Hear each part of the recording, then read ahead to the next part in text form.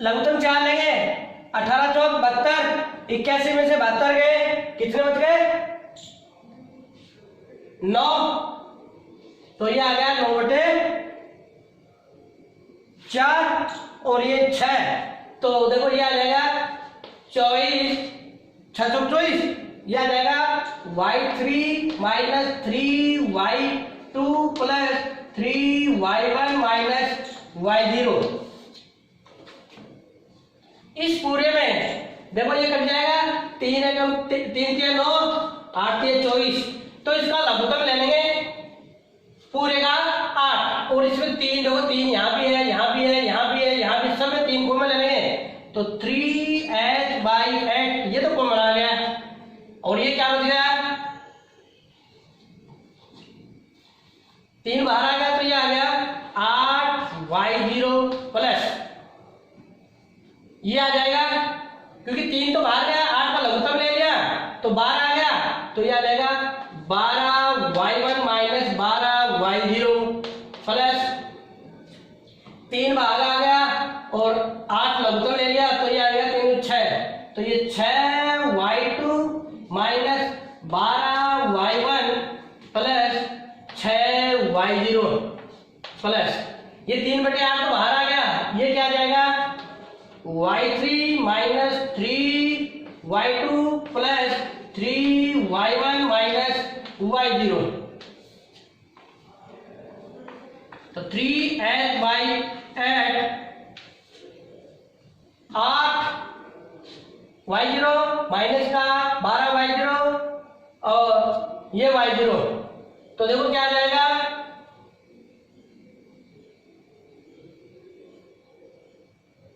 एक ये y0 रहा, 8 में 14, 14 में से 13 गए, क्यों 12 एक 13, तो ये बचेगा y0।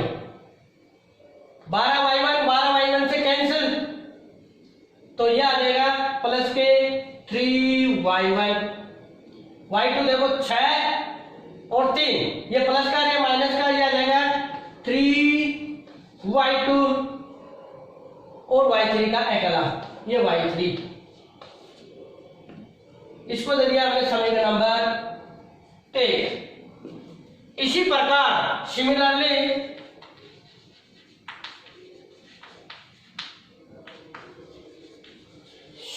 वी गेट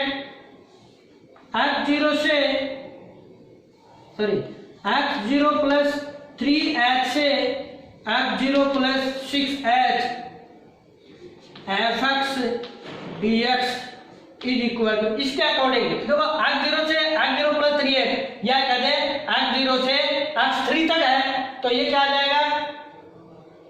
3h/8, ये y0 y1 y2 y3, क्योंकि x0 x1 x2 x3 तक है। अब इसमें क्या आ जाएगा? x3 x4 x5 x6, तो y के मान इसके अकॉर्डिंग आ जाएगा y3 3 है नीचे plus 3y4 plus 3y5 plus y6, इसको दे देंगे समीकरण नंबर 2। इसी प्रकार तो क्या हो जाएगा? अगला समाकलन x0 प्लस 6h से x0 plus 9h fx dx is equal to क्या आ जाएगा? 3h/8 y6 plus 3y7 plus 3y8 plus y9, समीकरण नंबर 3। सिमिलरली इसी प्रकार आ जाएगा। अब लास्ट क्या आ जाएगा? x0 प्लस n-3h से f0 plus nh fx dx is equal to क्या आ जाएगा? 3h/8, यह आ जाएगा yn-3 plus 3yn-2 plus 3yn-1 plus yn, यह आ जाएगा समीकरण नंबर 4। सिमिलरली क्योंकि yn-3 है, फिर n-2 n-1 फिर n, ये आ गया। अब क्या करेंगे, समीकरण नंबर 1 2 3 4 को जोड़ने पर, तो जोड़ने पर क्या आएगा, ये आ जाएगा समाकलन लेफ्ट हैंड साइड में तो आ जाएगा x0 से x0 plus 3h fx dx plus x0 plus 3h से x0 plus 6h fx dx plus and so on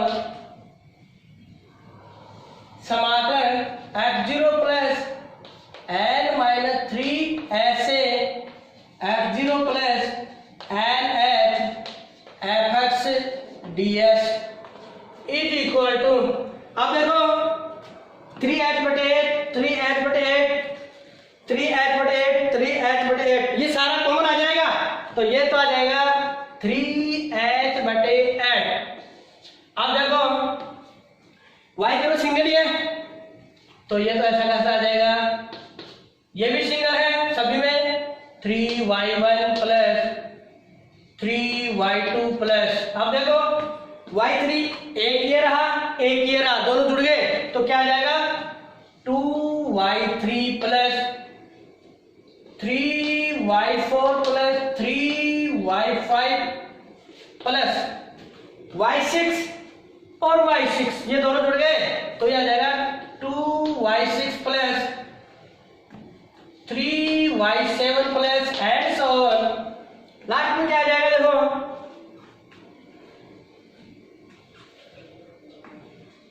3yn minus 1 plus yn। इसको और सोल्व करेंगे तो क्या आ जाएगा, अब देखो इसके इन सब को हमने एक गुणधर्म पढ़ा था समाकलन में, उसी का उपयोग करेंगे। वो गुणधर्म क्या है, हम उस गुणधर्म का उपयोग करेंगे, वो ये गुणधर्म है a to b fx dx is equal to होता है समाकलन a to c fx dx plus समाकलन c से b fx dx, जहां पर b है वो c है वो a और b के बीच में है, तब इन दोनों समाकलों में मिला के ऐसा लिख सकते हैं, ये c और c ये कट जाएगा तो ये a से b आ जाएगा, इसी का उपयोग करेंगे। तो x0 से x0 प्लस 3h x0 से 3h से x0 प्लस 6h, तो ये हट जाएगा तो ये आ जाएगा, इस प्रकार सारे में इसी का उपयोग करेंगे, तो लास्ट फाइनल आ जाएगा समाकलन x0 से x0 plus nh fx dx is equal 3h/8।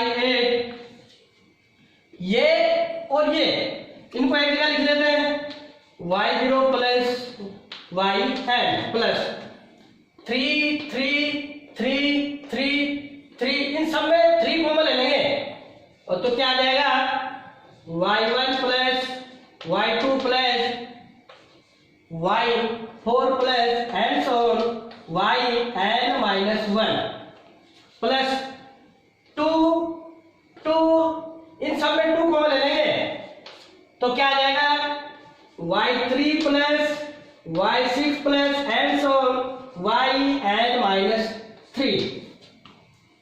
तो ये जो फॉर्मूला है ये फॉर्मूला कहलाता है सिम्पसन 3/8 रूल। इसका नामकरण 3/8 क्यों पड़ा, क्योंकि h के गुणा में क्या 3/8, तो ये फॉर्मूला आपको याद रखना है 3h/8। इसका समाकलन, जब कोई भी समाकलन निश्चित समाकलन है और आपको कहे कि सिम्पसन 3/8 से इसको हल कीजिए, तो फॉर्मूला ये रखना है 3h/8, ये तो फिक्स हो गया, y0 प्लस yn पर 3 का मतलब जो 3 के गुणा में है, जैसे 3 6 9 वो हटा के बाकी के सारे आ जाएंगे, प्लस 2 ये आ जाएगा y3 plus y6 plus y9 plus and so on yn minus 3। तो ये फॉर्मूला आपको याद रखना है, इसका प्रूफ भी याद रखना है, और प्रूफ किसके आधार पर, जनरल क्वाड्रेचर फॉर्मूले के आधार पर। अब इसी फॉर्मूले के आधार पर एक सवाल हल करते हैं। सवाल ये है, use Simpson 3/8 rule to evaluate the integral Simpson 3/8 की सहायता से इस समाकलन का मान ज्ञात करना है। तो समाकलन जरा क्या है, समाकलन भी दो प्रकार के हैं, जिसमें लिमिट लगी हो वो कहलाता है फाइनाइट इंटीग्रल, जिसमें लिमिट नहीं लगी हो वो कहलाता है इनफाइनाइट इंटीग्रल। तो ये हो जाएगा समाकलन 0 to 1 dx upon 1 plus x square. अब क्या करेंगे, इस इंटीग्रल की मानक समाकलन से तुलना करने पर, तुलना करेंगे तो क्या आएगा, लोअर लिमिट वो कहलाती है ए मतलब x0 बराबर हो गया 0, और ये अपर लिमिट b बराबर x बराबर 1, और fx बराबर हो गया y बराबर fx बराबर 1 अपॉन 1 प्लस एक्स स्क्वायर। अब जो ये समाकलन की प्रास है 0 to 1, इसको हम टुकड़ों में बांटेंगे, और वो क्या बांटेंगे, h बराबर b minus a upon n is equal to b का मान रख दिया, a का मान रख दिया, n का मान हमने खुद माना है, 6 भी ले सकते हैं, 5 भी ले सकते हैं, 8 भी ले सकते हैं, 10 भी ले सकते हैं, परंतु जितना n का मान ज्यादा बड़ा होगा इसका समाकलन का मान है वो उतना ही एग्जैक्ट की ओर जाएगा। तो हम अपनी सुविधा से n बराबर हमने 6 ले लिया, तो ये s का मान आ गया 1/6। अब इसकी सहायता से हम x और fx के मान ज्ञात करेंगे। तो मान लेते हैं ये तो होगी x के मान, ये होगी y बराबर fx बराबर 1/1 प्लस एक्स स्क्वायर के मान। जब x0 बराबर 0 तो y का मान क्या आ जाएगा, x की जगह 0 रखेंगे तो 1/1 बराबर 1। x1 बराबर होता है x0 प्लस h, x0 का मान 0 है, h का मान 1/6 रखेंगे तो 1/6 आया, ये इस यहाँ पर रखेंगे तो y का मान आएगा, y1 का मान आ जाएगा 36/37 बराबर 0.97297।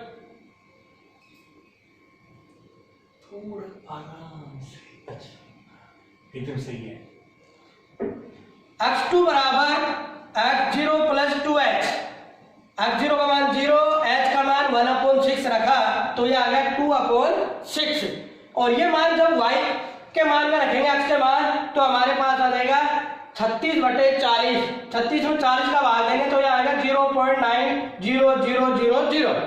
इसी प्रकार से x3, x4, x5, x6 के मान आ जाएंगे, संगत y के मान आ जाएंगे। ये कहां तक आएंगे, y0 से लेकर y6 तक, क्योंकि हमने h का मान लिया है, n का मान लिया 6, तो n का मान 6 लेंगे तो ये y6 तक आ गए। अब क्या करेंगे, सिम्पसन 3/8 फॉर्मूले का उपयोग करेंगे। तो वो फॉर्मूला ये है, बाय सिम्पसन्स 3/8 रूल।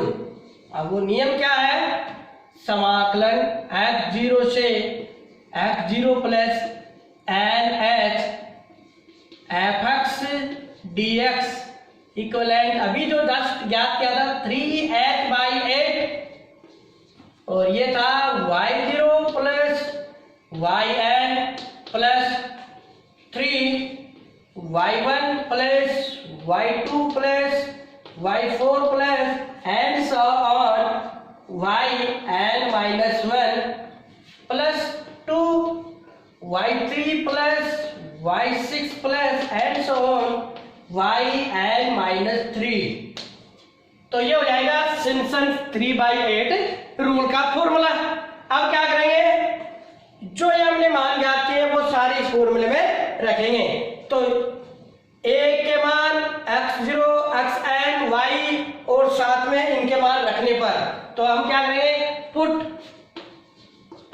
n बराबर 6, देन इसमें n बराबर 6 पुट करेंगे तो क्या आ जाएगा, समाकलन x0 से x0 plus 6h fx dx equivalent 3h/8, यह आ जाएगा y0 प्लस y6, n की जगह 6 रख दिया, plus 3y1 plus y2 plus y4 plus y5, क्योंकि n बराबर जब 6 रखेंगे तो 6 में से गया 5 तो ये 5 तक आ गया, प्लस 2, अब यहाँ पर n की जगह 6 रखेंगे तो 6 में से 3 गया 3, तो इसका मतलब ये आ जाएगा 2y3।